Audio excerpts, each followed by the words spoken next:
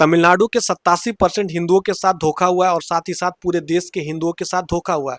विधानसभा में डीएमके के विधायक हैं उदयनिधि स्टालिन, ये बोलते हैं कि सनातन से खतरा है, सनातन को पूरी तरीके से खत्म कर देना चाहिए, सनातन जो है बांटने का काम करती है।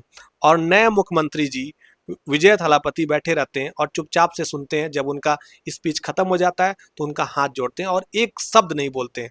क्या अगर उसी विधानसभा में ईसाइयों को अगर कुछ बोला गया होता तो क्या विजय थलापति इसी तरीके से चुप रहते?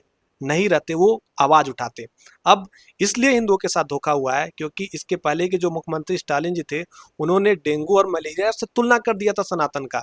इसीलिए 87% लोगों ने उनको वोट नहीं दिया था। वोट दिया किसको? टीवीके को, कि हमारे लिए वो काम करेगी, हमारे सनातन के लिए बोलेगी।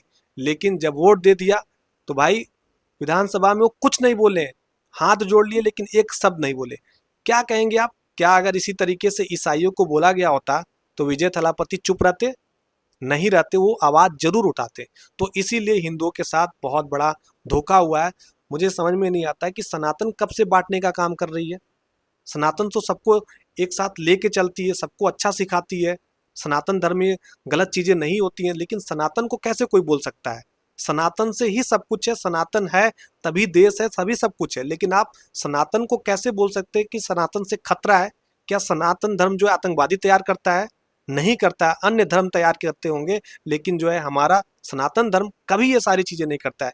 लेकिन स्टालिन साहब और उनके परिवार को पता नहीं क्या घृणा है सनातन से, मुझे आज तक समझ में नहीं आया। शायद इसीलिए तमिलनाडु में ये लोग बुरी तरीके से हारे हैं।